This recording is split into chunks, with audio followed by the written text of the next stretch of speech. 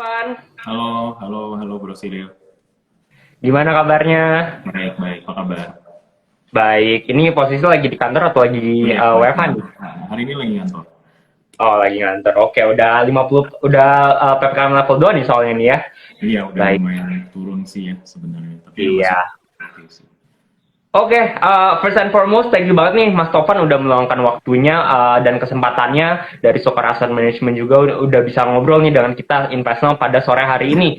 Nah, hari ini sesuai dengan tema yang misalkan kalian bisa baca nih di atas teman-teman, sektor komoditas di tahun 2022 ini masih seksi. Tapi sebelum kita masuk ke pembicaraan kita hari ini, mungkin boleh kali ya dari Mas Tovan ada perkenalan singkat gitu ya bagi teman-teman investors. Mungkin ya kalau teman-teman sering nonton Liga Live pasti sering lihat lah Mas Tovan ini. Dan mungkin untuk Sukor Asset Management sendiri backgroundnya seperti apa sih untuk teman-teman investors yang mungkin masih pemula seperti itu. Silakan Mas.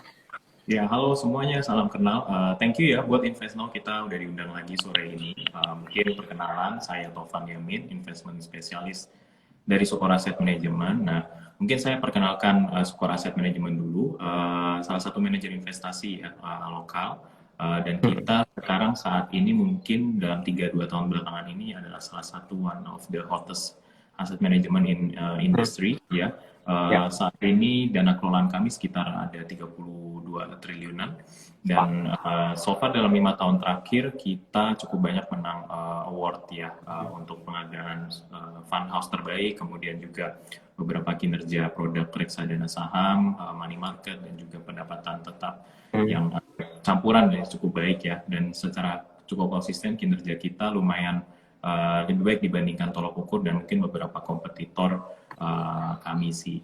Jadi mungkin buat teman-teman yang udah kenal sama Sukor, mungkin paling kenal adalah produk Sukor Invest Equity Fund, Money Market, dan mungkin Ya. yang belakangan ini adalah stable fund kami ya. Mantep, luar biasa. So, tadi kalau nggak salah dengar 32 T ya, Mas. Wow, Iya. it's a very big number sih AUM. Dan ya mungkin boleh nggak sih nih kira-kira dibocorin sedikit apa sih strateginya Sukor bisa menjadi one of the leading gitu ya, one of the leading MI dan mungkin salah satu terbesar juga di Indonesia. Rahasianya apa sih? Ya mungkin kita harus kilas balik ya ke 2015 ya, di mana kita waktu itu mulai ganti strategi, kita harus lebih dekat sih sama investor kami, dan program ini benar-benar underground, on the ground juga, mulai Mhm. perlahan dari bawah kita mulai deket sama investor, sering ngadain mungkin kita adalah salah satu fund manager dulu yang pertama kali ngadain acara nongkrong bareng fund manager langsung ketemu investor. Jadi Ya. di 2017 mungkin buat teman-teman yang udah kenal Sukor adalah salah satu MI yang bisa ngadain event, investor Mhm. langsung ketemu sama fund manajernya, bisa tanya langsung, ngobrol, dan mungkin sejak itu kita cukup melekat ya di beberapa hati investor, karena Mhm. selain dari kita kedekatan dalam hal komunikasi, secara kinerja produk kami bisa dibilang yang cukup konsisten ya, mengikuti dengan pergerakan pasar dan mungkin lebih outperform pasar dalam 5 tahun belakangan ini gitu. Dan 2 tahun terakhir ini juga kita cukup aktif ya di media sosial, sering ngadain event ya, sering ngadain update dan apa, dan kita cukup tanggap ya dengan beberapa banyak insight dari beberapa customer seperti apa, dan misal customer investor kami juga ingin seperti ini, kita tunjukkan dengan membuat produk yang sesuai dengan kebutuhan para investor kami. I see. Berarti memang Sukor ini langsung ke market seperti itu ya, langsung ke teman-teman Iya. investor, bahkan kayak ya memang sih dari pengamatan aku sendiri gitu ya, Sukor ini fund manager salah satu yang paling relatable gitu ya, kalau ngeliat dari sosmednya paling relatable lah sama followers-followersnya dan ya amazing gitu. Jadi nggak heran lah ya teman-teman. Oke, Mas Tovan, sekarang kita mau masuk ke inti pembahasan kita. Hari ini kita Iya. mau bahas mengenai sektor komoditas gitu ya, sektor komoditas dan juga mungkin nanti kita akan dive deep lebih dalam lagi kepada salah satu produk atau beberapa produk dari Sukor yang bersangkutan dengan hal ini. Cuman mungkin kita mulai dari salah satu beritanya gitu ya. Kalau misalkan recently ini lagi hot banget, harga barrel minyak ini udah nembus $100 per barrelnya. Dan basically what's going on sih, what's going on in the market gitu. Dan kemudian pandangan dari Sukor sendiri, Mas Tovan mengenai kondisi ini tuh lagi kayak gimana sih?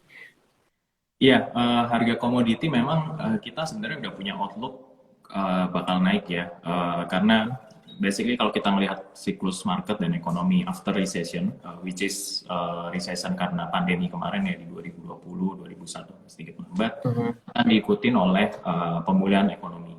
Ya tentunya kalau ekonomi pulih berarti masyarakat udah mulai konsum, mulai aktivitas ekonomi jalan lagi, pabrik jalan, berarti artinya adalah permintaan terhadap energi itu naik. Jadi Mhm. makanya kita lihat 2021, 22, 23, ya 24 mungkin ekonomi itu akan lebih baik dibandingkan 2020 dan sebagainya. Maksudnya kita balik lagi lah ke level sebelum pre-pandemi.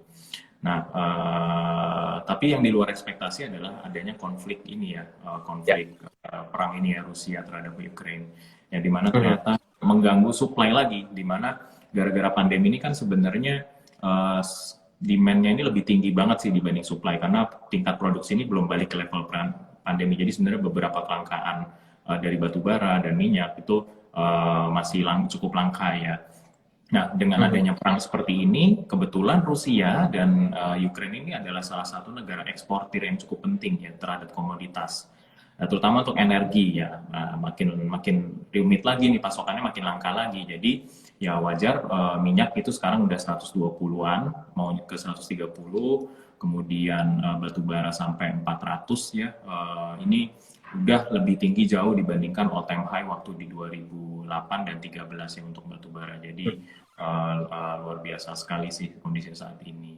Mungkin gambarannya Mhm. seperti itu sih, karena memang karena ada apa kekhawatiran terhadap supply yang bakal sulit di masa mendatang untuk waktu yang kita tidak tahu ya perang ini bisa sampai kapan pemanasnya, sampai redanya kapan. Jadi sekarang ini kondisinya lagi pada panik ngumpulin beberapa komoditas energi untuk kebutuhan energi, terutama untuk negara-negara Eropa sebenarnya. Untuk Asia Ya. sih masih cukup aman, Amerika juga masih cukup aman untuk dari sisi pasokan. Oke, I see. Berarti basically di sini terlepas dari perangnya sendiri, memang karena ada recovery gitu ya dari kegiatan Iya, ekonomi, produksi dan sebagainya, berarti emang menciptakan adanya scarcity atau mungkin demand dari produk-produk ini ya. Cuman mungkin ditambah lagi dengan adanya isu perang, dengan adanya supply chain yang tersendat dan sebagainya, ini lebih membuat harga komoditas seperti tadi batu bara, energi dan juga oil ini lebih meningkat lagi seperti itu ya, Mas Tovan. iya betul. Oke. Eh, Oh, mhm. Ya, Rusia sendiri kan gas ya terutama karena gas makin mahal juga ya mau nggak mau Eropa nyari alternatif lain ya antara lain Mhm. minyak sekarang mahal, alternatif lain ya balik lagi ke batu bara gitu, jadi makanya Hmm. semua sekarang mahal. Oke, ngerti. Nah, kalau gitu dengan adanya kenaikan ini kan pasti kerasa secara global ya. Tapi Ya, buat kita nih, masyarakat Indonesia gitu, konsumen dan sebagainya, ini tuh akan ada impact lebih lanjutnya nggak sih ke kenaikan harga barang, inflasi dan sebagainya gitu? iya tentunya jangka pendek sih sebenarnya positif ya buat buat kita ya buat Indonesia. Cuman kalau Hmm. ini cukup lama nanti akan kena impactnya ke sampai ke lapisan masyarakat seperti kita ini ke kebutuhan barang kita sehari-hari. Contoh aja kita isi bensin mungkin sebenarnya minggu depan pasti harga V-Power atau Pertamax sudah naik ya gitu kan. Betul. Misal mungkin kita isi bensin 50.000 dapat berapa liter, sekarang cuma dapat berapa gitu, turun bisa Ya. 40% aja gitu. Jadi harganya naik. Kemudian minyak goreng ya kita udah tahu dari bulan lalu minyak goreng udah mulai rebutan di Indomaret lah, di supermarket. Dan makanya nanti ke depan beberapa komoditi pasti juga akan ikut mahal. Yang ditakutkan adalah sebenarnya beberapa barang yang kita biasa impor ya. Salah satunya gandum nih sekarang. Ukraina ini kan pemasok gandum ya terbesar di dunia. Jadi kemungkinan nanti harga roti, bakmi atau bisa naik juga, bisa Betul. ada kelangkaan di situ. Dan juga beberapa barang nih, terutama dari Cina ya. Ya. Karena ya Cina sendiri kan pabriknya dunia, jadi mereka butuh beberapa banyak komoditi ya untuk bikin barang. Mereka butuh energi, ya harga energi naik, kemudian harga komoditi seperti besi dan apa lain-lain, nikel juga naik. Ya, kemudian satu lagi shipping cost, biaya logistik, pengiriman dan apa itu pengapalan itu juga naik nanti. Jadi, Hmm.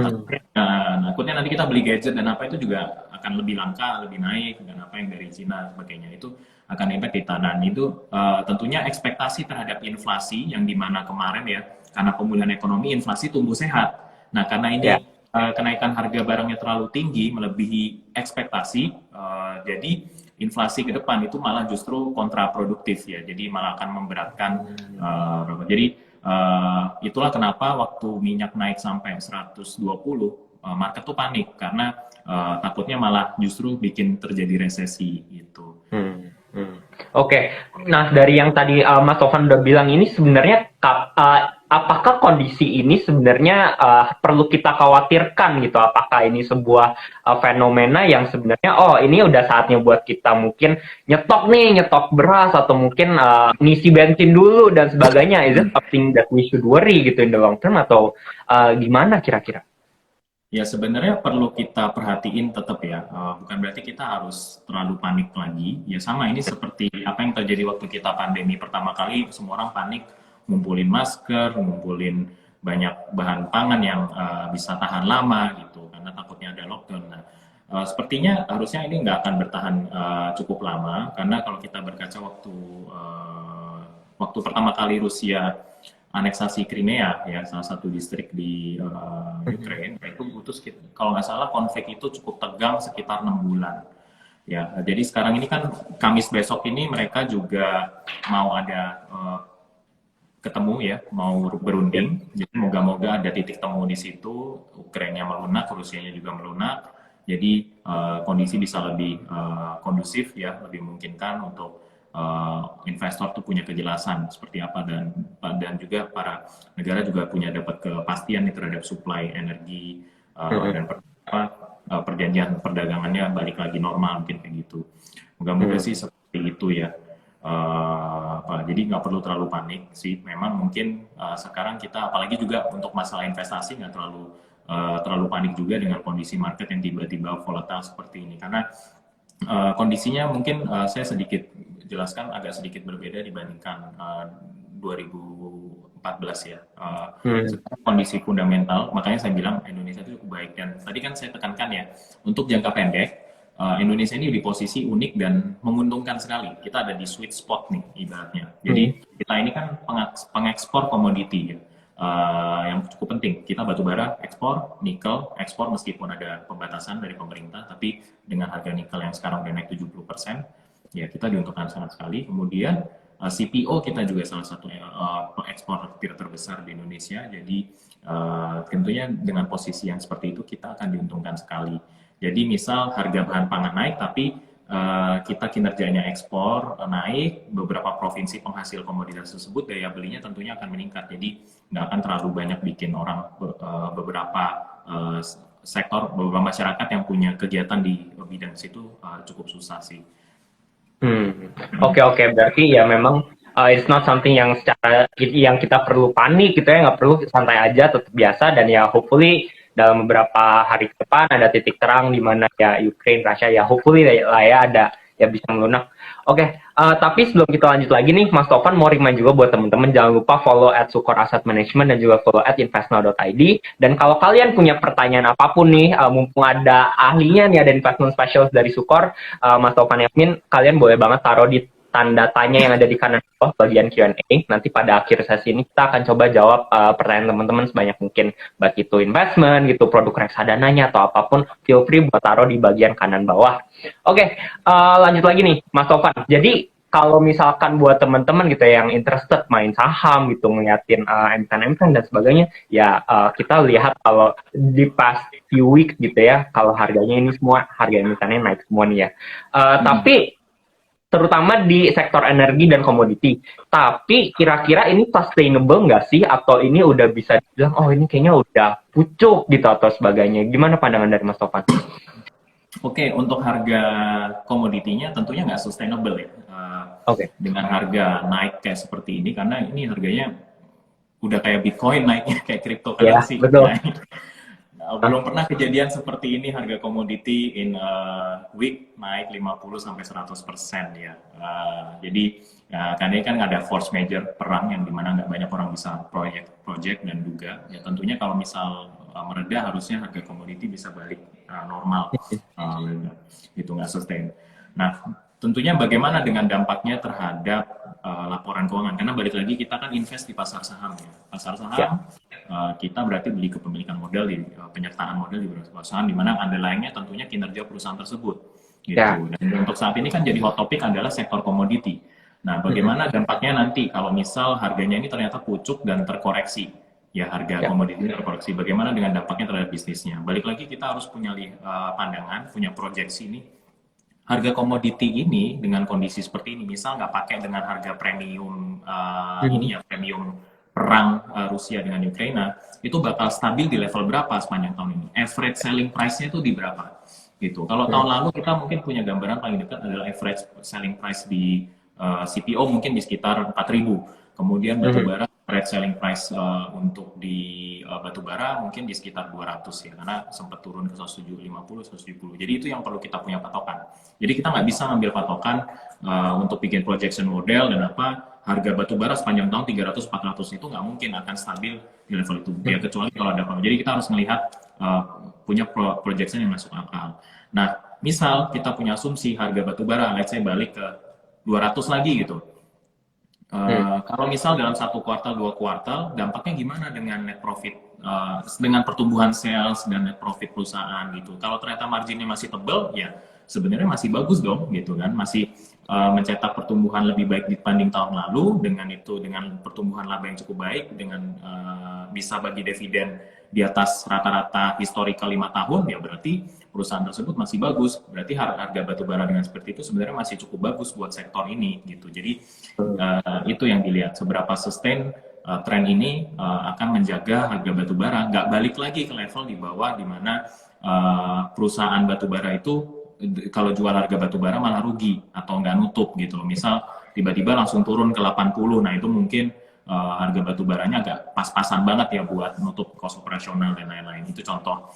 Kemudian untuk CPO mungkin kalau di bawah 3.000 mungkin kan, karena harga pupuk juga naik. Jadi dilihat bagaimana dampaknya terhadap cost-nya. Jadi yang dilihat tuh seperti itu. Nah, bagaimana dengan pandangan kami? Saat ini kami melihat kalau misal ya tadi nggak ada dampak perang dan apa, kemungkinan sih tahun ini harga komoditi masih akan cukup stabil di level yang cukup tinggi, karena itu tadi level of production itu belum catch up sama ke level sebelum pandemi. Ya, permintaannya masih cukup tinggi. Jadi tentunya laba dan omset penghasil komoditi itu masih cukup tinggi ya di tahun ini. Jadi laba yang cukup tinggi, mereka bisa bagi dividen yang cukup menarik sih. Jadi sebenarnya masih sangat menarik ya untuk kita invest di sektor ini.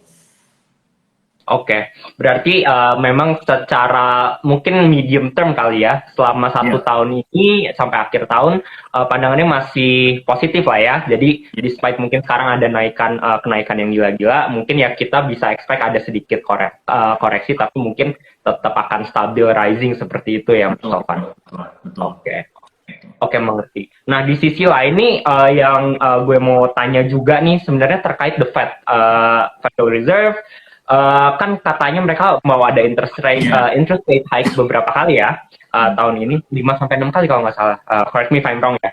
Cuman with the most recent kayaknya di Maret ini nih, nggak tahu ya, sebanyak 0,25 BPS seperti itu. Nah, kalau misalkan ini dilakukan pada Maret ini dan kemudian ya it plays out sesuai dengan rencana mereka seperti itu, kira-kira menurut pandangan dari Mas Sofan dan Sukor ini akan ada dampak yang seperti apa ke market kita, mengetahui kondisi yang ada nih, ada Russia Ukraine dan sebagainya seperti itu.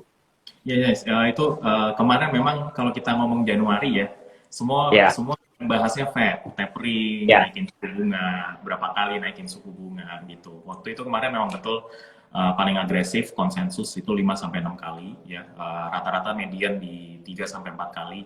Ya, sekarang sepertinya landscape-nya berubah nih, ekspektasi berubah juga, karena memang betul waktu itu gambarannya adalah inflasi yang sehat gitu. Kalau sekarang ini inflasi yang ibaratnya lebih didorong oleh kenaikan harga biaya cost ya. Karena ada 2 tipe inflasi ya, demand pull, kemudian cost push, yang dimana kalau demand pull lebih sehat, cost push itu lebih memberatkan kita ya, karena harga naik tapi daya beli kita nggak naik.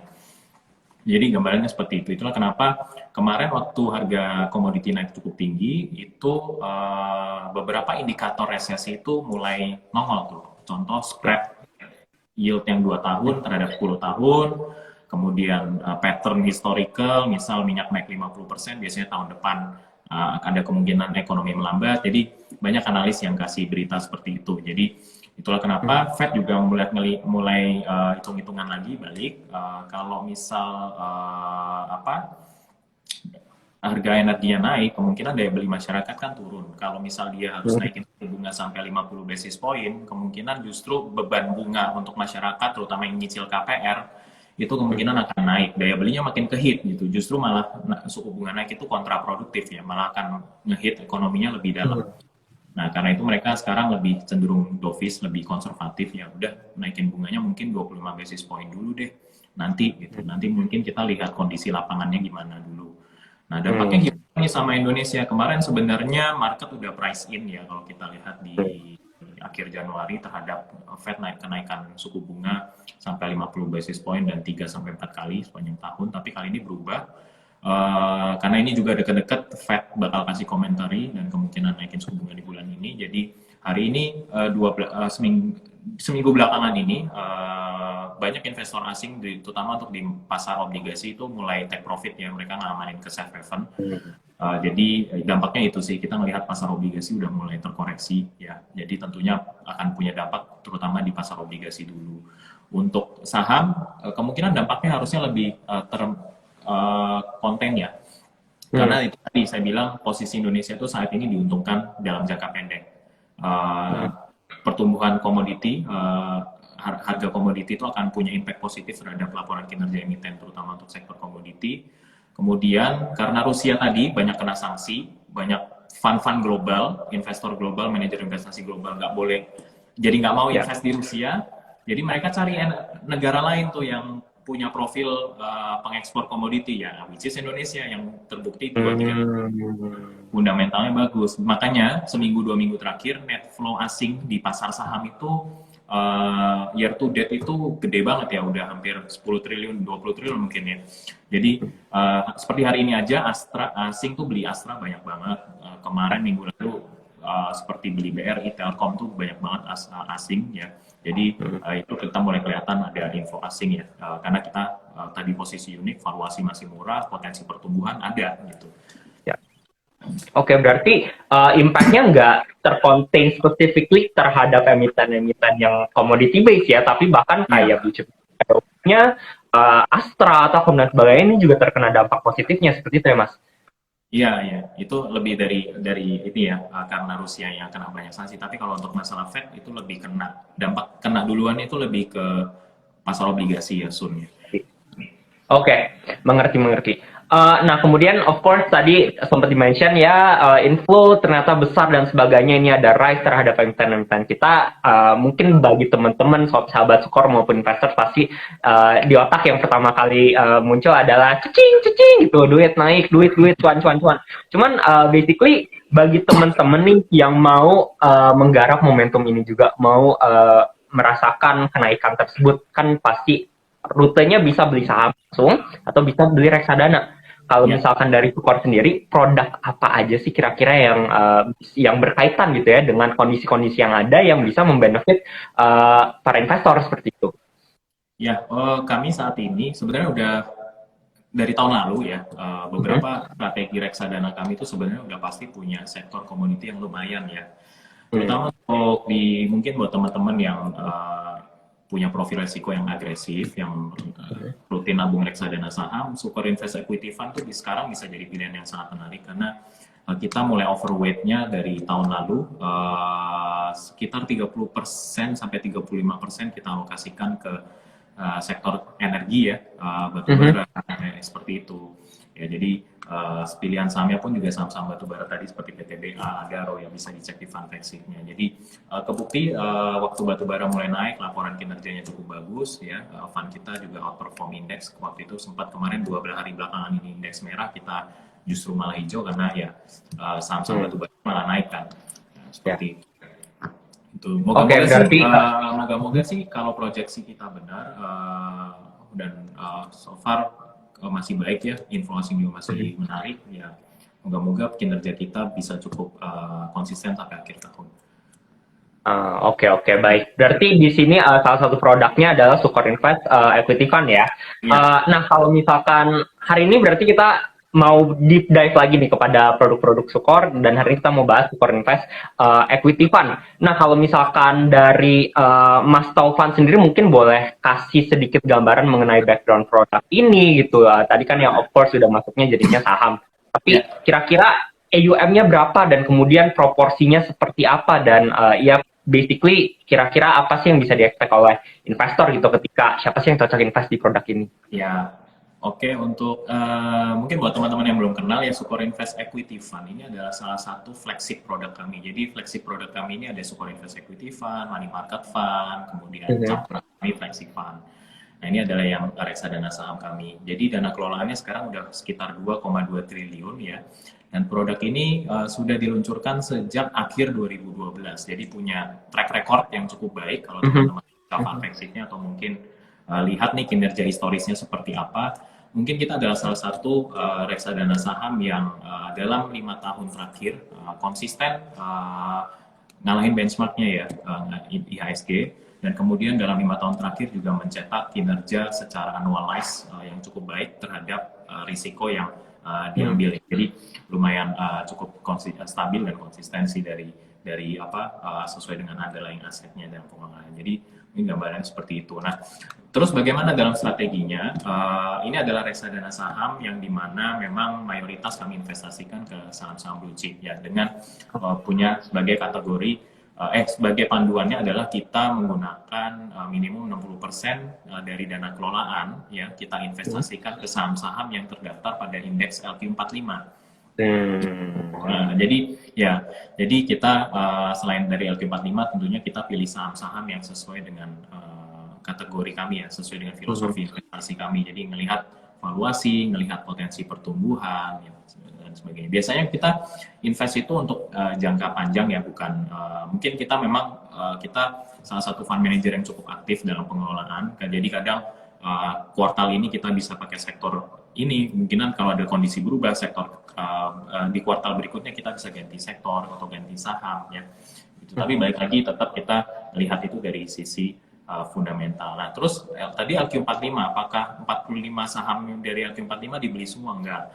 Balik lagi harus memenuhi dengan kriteria kami, yaitu tadi Hmm. valuasi, likuiditas, ya, kemudian potensi pertumbuhan. Ya, percuma kalau menurut kami saham murah atau saham mahal bahkan, tapi kalau nggak ada saham mahal pun sebenarnya bisa aja menarik kalau potensi pertumbuhannya memang ada dan bagi dividen cukup menarik. Tapi kalau misal nggak ada pertumbuhan, nggak ada apa ya saham mahal ya berarti udah nggak lebih amat turun. Saham murah pun juga begitu, bukan berarti murah kita akan beli. Ya, murah yang kita beli adalah saham-saham murah yang punya potensi pertumbuhan, yang murah karena nggak dilirik masyarakat, bukan murah karena dijualin terus gitu. Ya Apa betul. ditinggalkan Undervalued lah investor ya. nggak yang seperti itu gitu. Tapi yang paling Hmm. penting adalah kenapa LQ45 karena kita suka saham yang liquid. Biar apa? Karena kan Hmm. kita aktif nih. Kalau kita mau Ya. rebalancing gampang nih jual apa di tradinginnya. Jadi nggak perlu kita sampai auto reject bawah lah untuk dapat Hmm. untuk keluar posisi atau kita mau Betul. ngambil posisi nggak perlu ngambil semua bid yang ada sampai beberapa lantai kita hajar gitu ya. Jadi nggak seperti itu yang kita suka. Jadi balik lagi sesuai dengan kebijakan investasi tadi, minimal 60% di LQ45 Hmm. disesuaikan dengan filosofi investasi kami. Oke, berarti untuk fundnya sendiri, Super Invest Equity Fund ini sifatnya lebih actively managed ya. Jadi kalau misalkan ada beberapa fund yang indeks itu kan cuma taruh pasif udah pantengin aja. Cuman kalau ini memang di trade secara aktif emiten-emiten di dalamnya. Betul, ini mungkin lebih jelasnya adalah kombinasi ya, actively managed dengan smart indexing. Jadi tadi ya ada minimum 60% kan LQ45, tapi juga dikelola Ya. dengan Oke, mengerti. Nah, kalau gitu tadi kan di-mention juga LQ45 dan isinya kebanyakan blue chip. Mungkin boleh kasih bocoran sedikit nih top holdingsnya kira-kira apa aja sih di dalam produk reksadana Super Invest Equity Fund ini? ya tadi ya saat ini lebih paling suka batu bara ya seperti Adaro, PTBA ya. Kemudian saham-saham seperti Astra nih kita suka. Kemudian Pegas kita juga suka. Bank sih bank-bank juga kita suka seperti BNI, BTN ya, Mandiri, BRI dan juga uh, bank-bank pelat merah lainnya kita suka. Hmm. Kemudian juga beberapa infrastruktur seperti Telkom dan apa kita juga suka. Oke. Berarti buat teman-teman nih, sahabat Sukor maupun investor, kalau kalian lagi mikir, oh ini kayaknya emiten-emiten yang energi gitu, batu bara lagi naik semua, tapi gue bingung nih gimana cara investasinya, masa pilih satu-satu? Ya boleh aja sih kalau ada dananya, cuman salah satu cara yang mudahnya ya Mas Taufan ya bisa langsung beli Sukor Invest Equity Fund, soalnya ya tadi seperti dimention udah mengikuti kondisi yang ada, sudah dioptimalkan lah ya strategi-strateginya untuk bisa capture momen yang ada sekarang gitu, terutama untuk emiten-emiten yang lagi on the rise seperti itu. Oke, sama kemudian kita mau ngomongin soal secara historical return. Tadi dimention kalau ini sukses mengalahkan benchmarknya 5 tahun terakhir, cuman secara angkanya nih realnya berapa persen sih gitu? Mungkin ada time frame-nya year to date atau mungkin beberapa tahun terakhir. Silakan Mas. Year to date per akhir minggu kemarin kita sekitar 5% ya.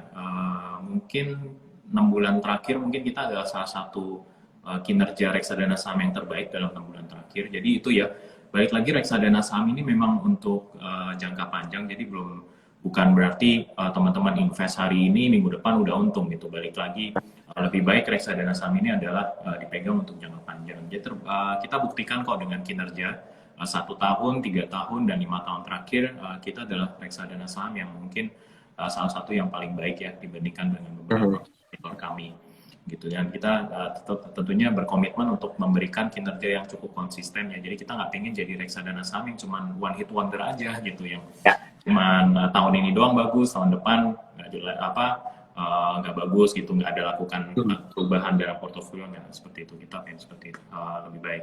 Kita selalu menargetkan kita mencetak kinerja lebih tinggi ya dibandingkan dengan indeks ataupun LQ45 ya. Itu target kita sih dalam tiap tahun.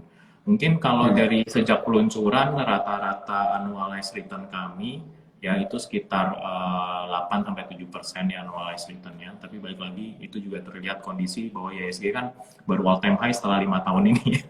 Ya, betul. Mungkin kalau 3 tahun terakhir sampai 2 tahun terakhir ini mungkin secara annualized kita sekitar 10-11% sih. Jadi lumayan. Oke, luar biasa. So, udah masuk range double digit dan juga sudah mengalahkan basically LQ45, IHSG dan sebagainya ya, which is 5 tahun berturut-turut bisa seperti ini lumayan susah. Tapi perlu diingat ya, past return doesn't indicate future risk. Betul. Ya, reksadana saham itu tetap naik turun ya. Cuman baiknya memang untuk investasi jangka panjang sih.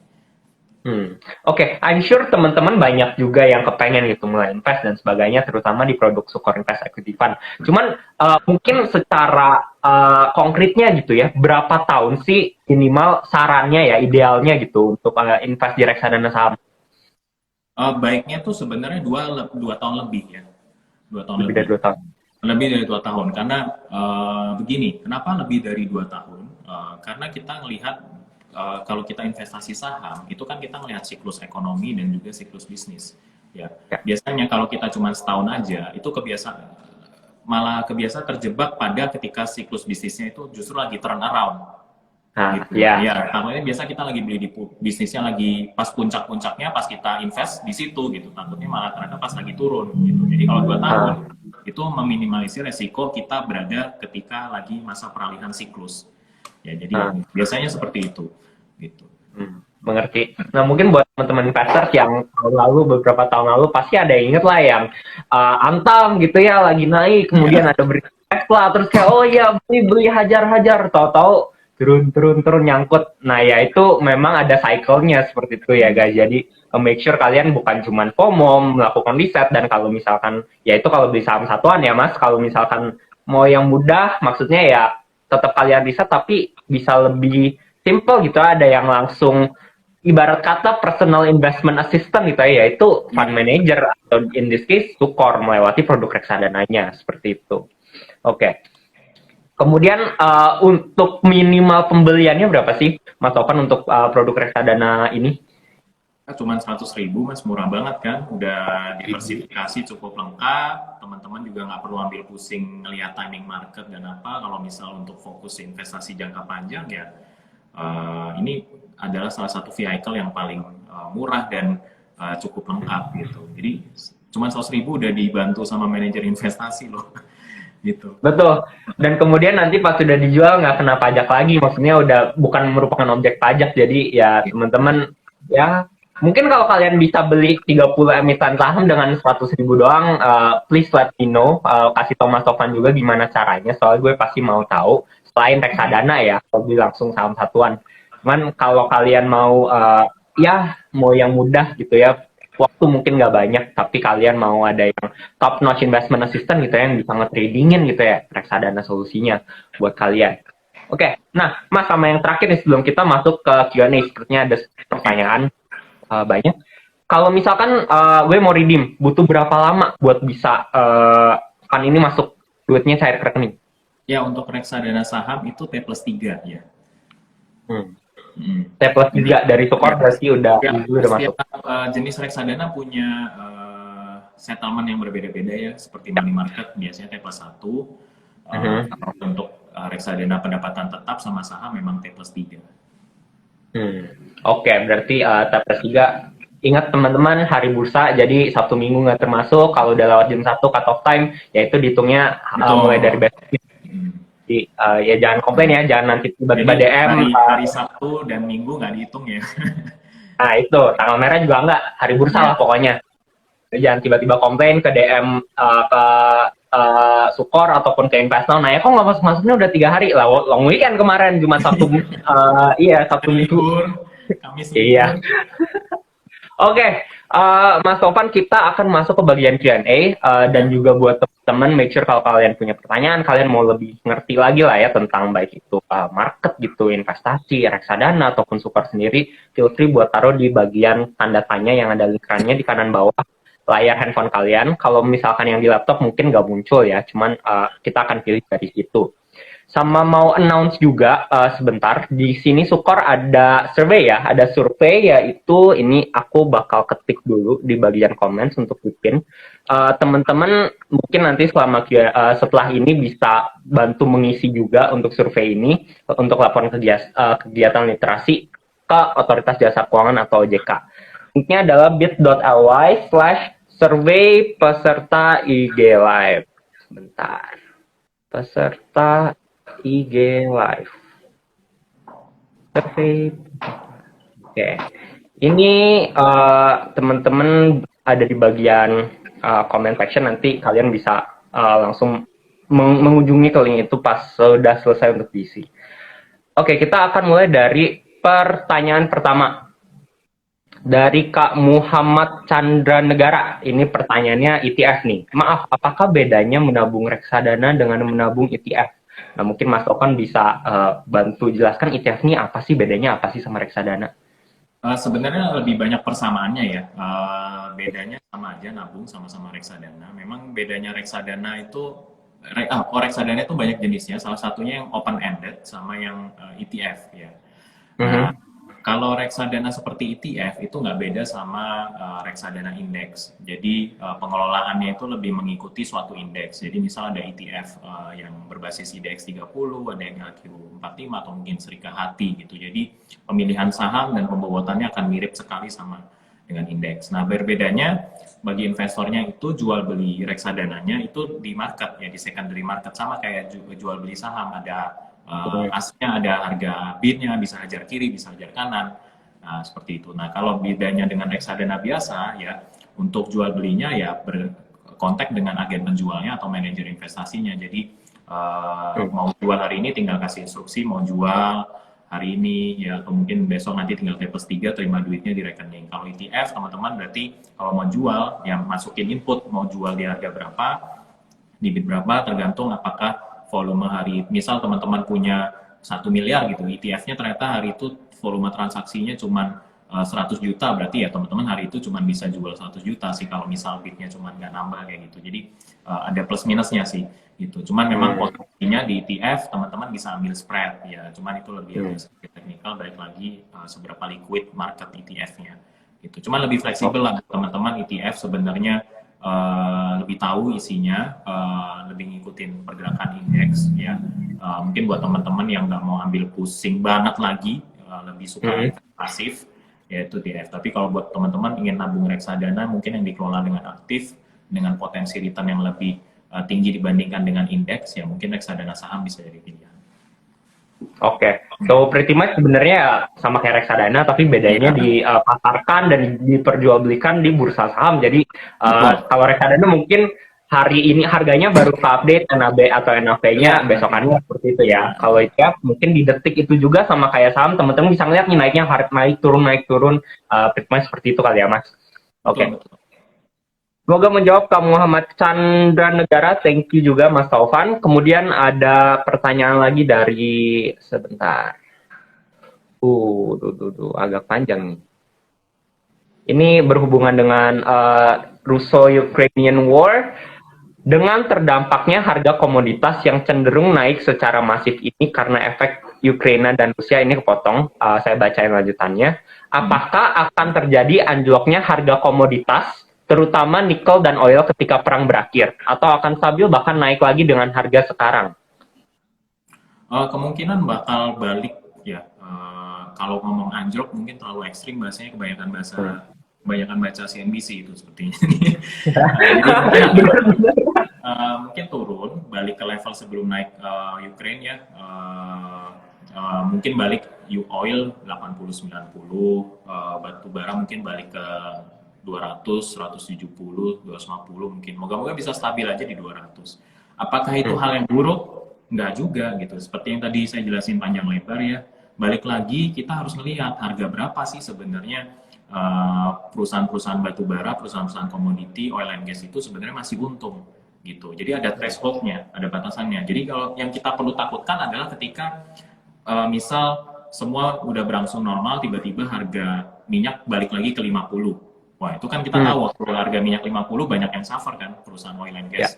Atau waktu batu bara balik ke 60 gitu. Banyak batu bara yang nggak untung gitu. Marginnya tipis banget. CPO balik ke di bawah 3.000 deh gitu. Banyak yang CPO-nya ogah-ogahan nanam atau panen gitu kan. Jadi itu yang perlu digagalkan. Jadi kalau misal turunnya balik masih di level yang menurut kami cukup tinggi, lebih tinggi di harga sebelum pandemi ya, sebenarnya masih punya menawarkan potensi pertumbuhan bagi bottom line atau mungkin net profit perusahaan-perusahaan penghasil komoditas tersebut begitu. Udah pasti setelah konflik ini reda udah pasti harganya akan turun. Apakah akan balik naik ke level yang sama seperti ini lagi kalau ketika udah turun?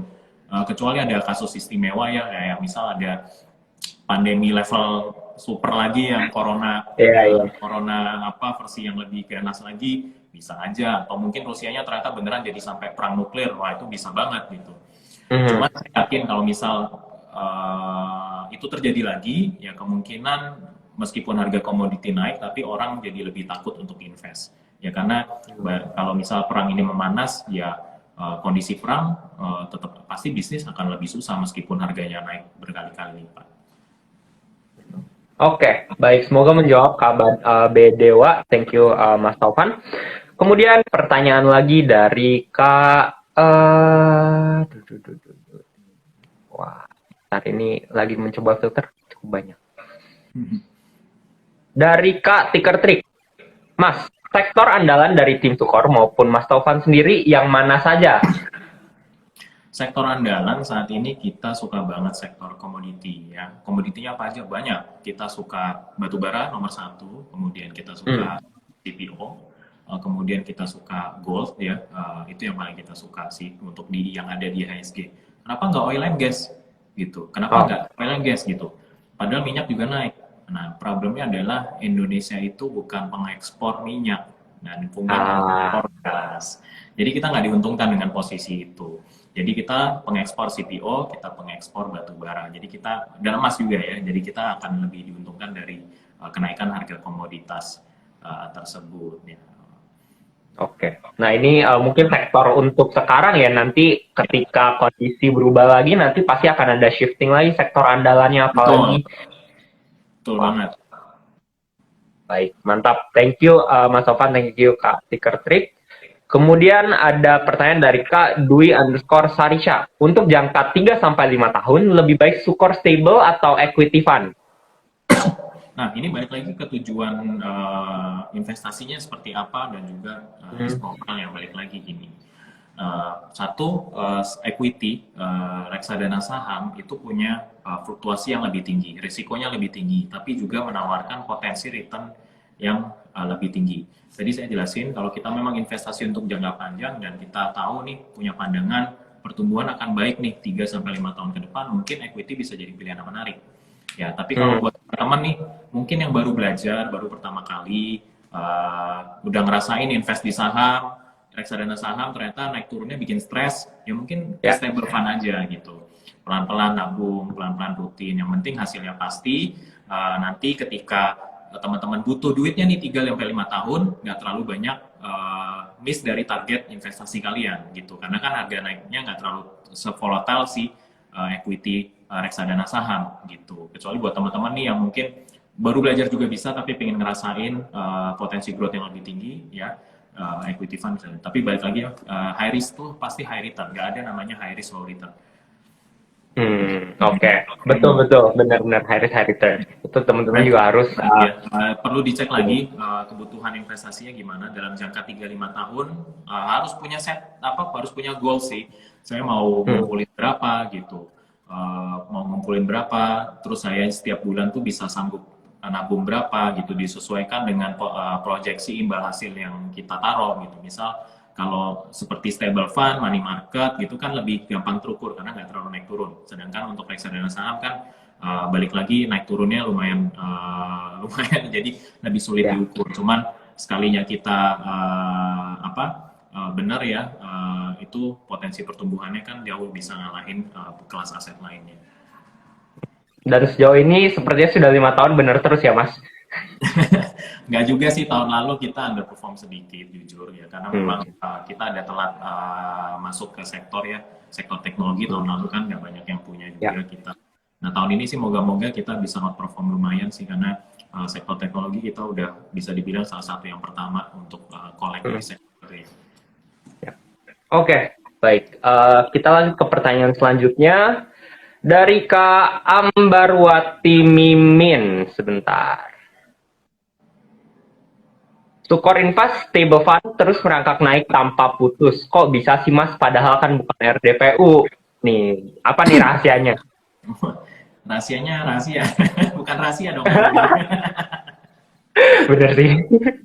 Tapi ini spesial nih sore ini. Nah, buat teman-teman yang sore ini udah menyempatkan waktu, pasti nggak nyesel nih kenapa bisa dengar stable fund merangkak naik tanpa putus. Nah, tapi perlu dicatat ya, bukan berarti akan seperti pasar uang. Balik lagi nih reksadana pendapatan tetap. Sebenarnya resikonya jauh lebih tinggi dibandingkan reksadana pasar uang, yang sedikit lebih tinggi lah. Gitu. Nah, kenapa bisa stabil? Ya, karena kita pilih underlying obligasi yang pergerakannya itu nggak terlalu fluktuatif. Jadi obligasi, pasar obligasi ini mungkin teman-teman lebih familiar ya sama pasar saham, lihat pasar saham naik turun. Obligasi itu banyak jenisnya, banyak tipenya, kemudian jatuh tempo, durasi obligasi itu juga mempengaruhi dari karakteristik pergerakan harga obligasi. Nah, jadi semakin panjang obligasi jatuh temponya atau durasinya itu semakin fluktuatif, ya. Karena sangat bergantung banget sama kalau misal kena resiko suku bunga dan apa itu yang paling cepat goyang. Tapi obligasi yang jangka pendek 1-3 tahun biasanya disebut jangka pendek itu pergerakannya cenderung lebih stabil, terutama untuk obligasi korporasi. Nah, kalau obligasi negara itu justru malah lebih fluktuatif, padahal lebih aman secara resiko. Nah, kenapa? Karena obligasi negara itu marketnya gede, volumenya gede, banyak yang tuker tangan gitu. Jadi investor asing ada, institusi ada, retail juga ada, jadi trading banyak dan apa. Tapi kalau obligasi korporasi biasanya, kalau orang udah beli obligasi korporasi, biasanya hold sampai maturity, jarang ditradingin. Kalau ditradingin pun juga dalam size langsung besar. Jadi makanya teman-teman mungkin jarang kena exposure tuh terhadap sektor tersebut. Kemudian juga marketnya obligasi korporasi yang 1-3 tahun itu rata-rata adalah reksadana dan reksadana terproteksi. Gitu. Jadi ya itu tadi terproteksi. Kalau misal udah beli reksadana tersebut ya udah sampai akan jual ketika jatuh tempo atau ada. Jadi pergerakan market kapan orang jual beli kapan itu lebih ke prediksi gitu. Jadi makanya pergerakan harganya cukup lebih stabil karena bunganya juga imbal hasilnya cukup menarik seperti itu. Nah, di stable fund kita jaga ya, kita akan pilih obligasi korporasi yang seperti itu, yang 1 sampai 3 tahun. Rata-rata sih kita pilih obligasi yang 2 tahun, 2 tahunan ya, 2 tahunan ke bawah gitu. Jadi yang dimana sebenarnya sudah mendekati kategori money market ya, menjelang masuk money market. Kalau money market itu obligasi korporasi yang 1 tahun di bawah, yang di bawah 365 hari jatuh temponya. Jadi itu udah termasuk kategori market. Jadi kita cari yang seperti itu, gitu. Nah, di stable fund ya, balik lagi kita coba kelola sesuai dengan namanya ya, menjaga stabilitas dan likuiditas yang juga paling penting. Jadi di reksadana pasar uang kami, stable fund, paling utama bagi kami adalah likuiditas, stabilitas. Ya. Return itu adalah nomor 2 menurut kami. Jadi yang penting bagi investor kami adalah naruh di situ aman, nyaman, tarik kapan aja bisa, ya, dan mendapatkan return yang cukup konsisten. Kok jadi rasanya pendapatan tetap rasa pasar uang nih kayaknya. Tapi ya, iya sih. saat ini sih masih rasanya mirip pasar uang ya, meskipun lebih agak pedes dikit. Beda sedikit. Dan ini sebenarnya yang saya sendiri bukan menyayangkan ya, cuman reksadana pendapatan tetap ini obligasi tuh udah kayak anak tengah gitu loh, sering dilupakan. Orang-orang ingatnya cuman yang anak yang paling bontot atau yang paling besar gitu ya either pasar uang, saham gitu. Cuman mereka suka lupa kalau yang di tengah ini tuh gak kalah spesial seperti itu loh. Ya, ada alasan kenapa Sukor juga bisa memanage RDPT-nya ini menjadi yang salah satu top performer-nya juga. Jadi ya buat teman-teman jangan sampai kelewatan juga, cari produk investasi yang sesuai dengan keuangan kalian. Jangan mentang-mentang, oh iya saham cuan banyak, all in sana gitu ya. Terus nggak ada yang tahu ya. Betul bro, di orang Indonesia itu nggak ada yang suka nanggung-nanggung, maunya yang ekstrim, mau yang kencang-kencang banget atau yang aman-aman banget. Makanya kayak reksadana pendapatan tetap dan campuran itu orang kayak ngapain ya, apaan tuh gitu kan. Iya. Kok nggak kerasa gitu, nggak nampol gitu. Maunya yang pedes-pedes banget, maunya nggak pedes gitu. Jarang tuh kita juga ngelihat kan pesan nasi goreng atau ketoprak sedang aja bang gitu kan. Jarang, pedes banget, cabenya 5 gitu kan. Atau nggak pedes sama sekali kayak gitu. Iya, bener sih ya, buat temen-temen jangan sampai dilewatin aja, itu sayang juga, produknya juga bagus, so make sure you guys juga lihat seperti itu. Nah, ada pertanyaan nih terkait dengan RDPT tadi baru dibahas dari Kak Lin Nani. Harga obligasi katanya bisa turun kalau BI naikkan suku bunga. Bagaimana dengan Sukor stable fund? Ngaruh atau enggak? Nah, untuk tadi yang seperti saya jelasin, tentunya obligasi itu salah satu resiko yang bikin naik turunnya suku bunga mata uang dan kondisi underlying dari obligasi tersebut ya. Kalau misal obligasi korporasi ya bagaimana kemampuan bayar perusahaan tersebut yang akan berdampak pada ratingnya. Nah, bagaimana dengan stable fund? Nah, tadi stable fund itu berinvestasi pada obligasi yang jangka pendek 1 sampai 3 tahun. Rata-rata sih portofolio kami saat ini 2 tahunan. Nah, semakin pendek obligasi jatuh temponya, durasinya, itu makin less sensitif ya, lebih tidak terlalu sensitif terhadap pergerakan kenaikan suku bunga dan apa. Nah, semakin panjang obligasi justru makin sensitif. Dan apalagi obligasi pemerintah itu makin lebih sensitif lagi terhadap pergerakan perubahan suku bunga gitu. Jadi gambarannya seperti itu sih untuk perbedaannya kenapa stable fund itu mungkin nanti dengan adanya kenaikan suku bunga ya tentunya ke depan kita akan melihat justru obligasi yang nanti kita akan ambil ya kemungkinan yieldnya malah naik, kemudian deposito yang kita taruh di stable fund kemungkinan pelan-pelan juga akan naik, justru impactnya malah akan positif sih ke depannya. Mungkin dalam transisinya kemungkinan returnnya agak sedikit menurun sedikit, tapi ketika nanti udah mulai adjust, returnnya bisa naik pelan-pelan mengikuti dengan kenaikan suku bunga dan imbal hasil yang kita dapat. Karena baik lagi, kalau suku bunga naik, kita lihat imbal hasil kan naik kan, jadi nanti perusahaan mau nerbitin obligasi, pasti bunganya lebih tinggi lagi, jadi stable fund bisa dapat bunga yang lebih tinggi lagi. Berarti memang di sini key-nya adalah ya obligasi korporasi ya, dan yang mungkin less volatile dibandingkan obligasi pemerintah gitu, yang impact dari rate, the Fed gitu langsung jebret gitu, langsung kerasa. Oke. Mungkin sebagai referensi ya, buat teman-teman di sini bisa kasih perbandingan kok sama reksadana pendapatan tetap yang mayoritas berinvestasi pada obligasi negara ya, yang Hmm. durasinya jangka panjang. Mungkin teman-teman bisa lihat nih Sukor Invest Bond Fund terhadap Stable Fund, perbedaan pergerakannya gimana. Nah, Sukor Invest Bond Fund itu obligasi yang jangka panjang lagi dan obligasi negara kebanyakan gitu. Jadi itu pergerakannya lebih fluktuatif gitu. Tapi memang dalam jangka panjang sebenarnya returnnya bagus, lebih tinggi dibandingkan stable fund sih. Gitu. Kalau Hmm. kalau lebih sabar megangnya ya, cuman kan sepanjang perjalanannya naik turun gitu. Itu mungkin orang nggak belum banyak terlalu sabar ya untuk megang. Tapi makanya tadi saya bilang stable fund mungkin cocok buat teman-teman yang kurang kuat yang lihat atau merasakan market cukup fluktuatif. Oke, oke. Baik. Semoga menjawab pertanyaan Kak Linani. Kemudian ini tiba-tiba pertanyaan banyak yang berkaitan dengan stable fund nih. Gak apa-apa, kita coba jawab satu atau dua lagi ya berhubung sudah Boleh? mendekati 1 jam. Dari Kak Aditya Dit 13, ini agak sedikit teknis kayaknya. Min, mungkin nggak sih untuk Sukor Stable Fund ataupun Sukuk Syariah Fund CAGR-nya yang menyentuh 9% atau lebih per Oh, tahun? ya, ini namanya reksadana ya, dan kita nggak bisa memberikan return pasti setiap tahunnya, gitu. Untuk saat ini, mungkin teman-teman waktu itu melihat di Fund Factsheet 1 tahun terakhir 9%. Bukan berarti teman-teman invest sekarang nanti dalam setahun bakal dapat 9% juga, enggak. Jadi balik lagi ngelihat kondisi pasar itu berubah.